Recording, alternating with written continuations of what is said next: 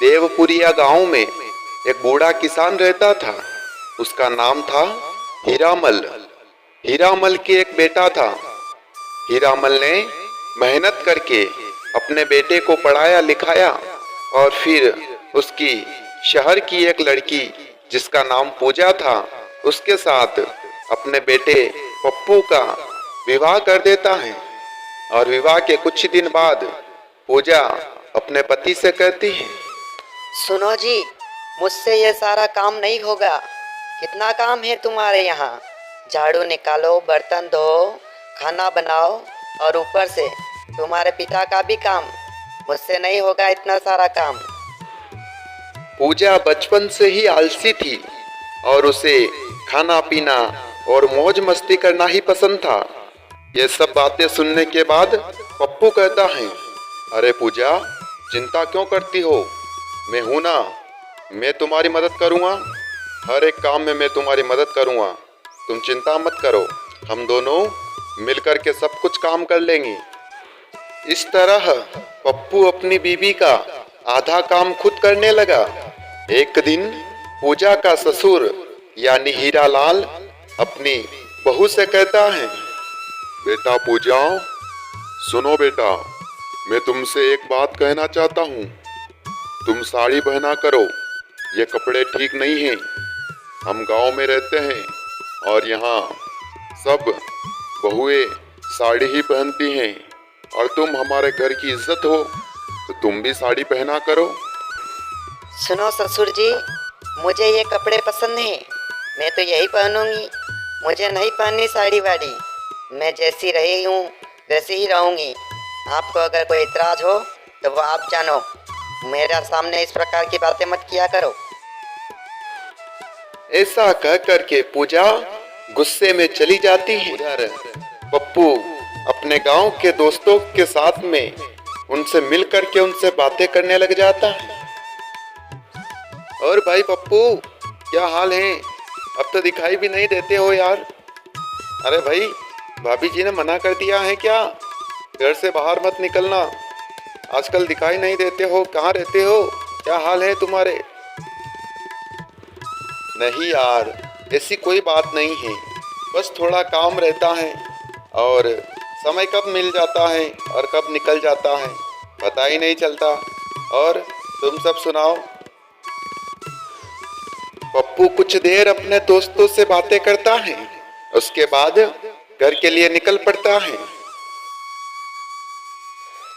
सुनो जी, आज आपको एक फैसला करना होगा।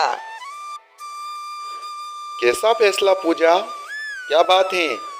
इतनी गुस्से में क्यों हो? मेरी बात सुनो जी, मैं तुम्हारे पिता के साथ अब नहीं रह सकती। उन्हें तुम घर से बाहर निकाल दो और कहीं छोड़ के आ जाओ। ये तुम क्या कह रही हो पूजा? मैं पिताजी को कैसे छोड़ सकता हूँ? गांव वाले क्या कहेंगे? नहीं पूजा, ऐसा नहीं कर सकता मैं। नहीं कर सकते तो ठीक है, फिर मुझे तलाक दे दो तुम। मैं तुम्हारे पिता के साथ नहीं रह सकती। या तो मुझे छोड़ दो या अपने पिता को छोड़ दो। दोनों में से एक फैसला करना होगा तुम्हें। पप्पू सोच में पड़ गया कि आखिर में क्या करूं। बहुत देर तक सोचने के बाद में पप्पू अपने पिता से कहता है, पिताजी, आप चलिए मेरे साथ, आपको घुमाने के लिए ले चलता हूँ। ऐसा कह करके पप्पू अपने पिता को लेकर चल पड़ता है। गांव से बाहर जंगल का रास्ता था।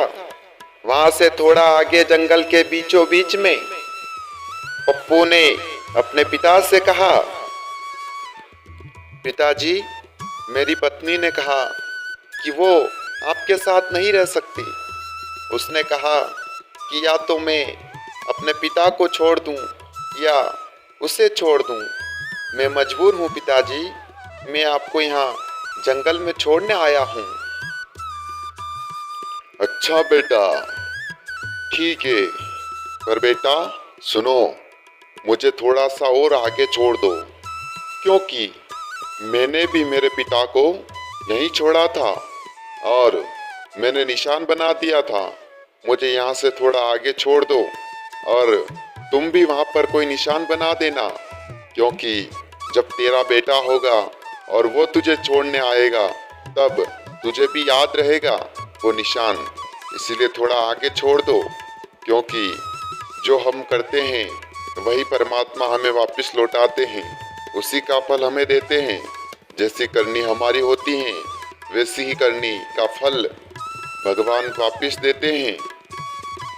मैंने मेरे पिता के साथ जो किया उसी का फल आज मुझे मिल गया है। जो तुम कर रहे हो उसका फल तुम्हें भी मिलेगा। अपने पिता की ऐसी बातें सुन करके पप्पू की आंखें भर आ जाती हैं और फिर वो अपने पिता को लेकर के घर चला जाता है।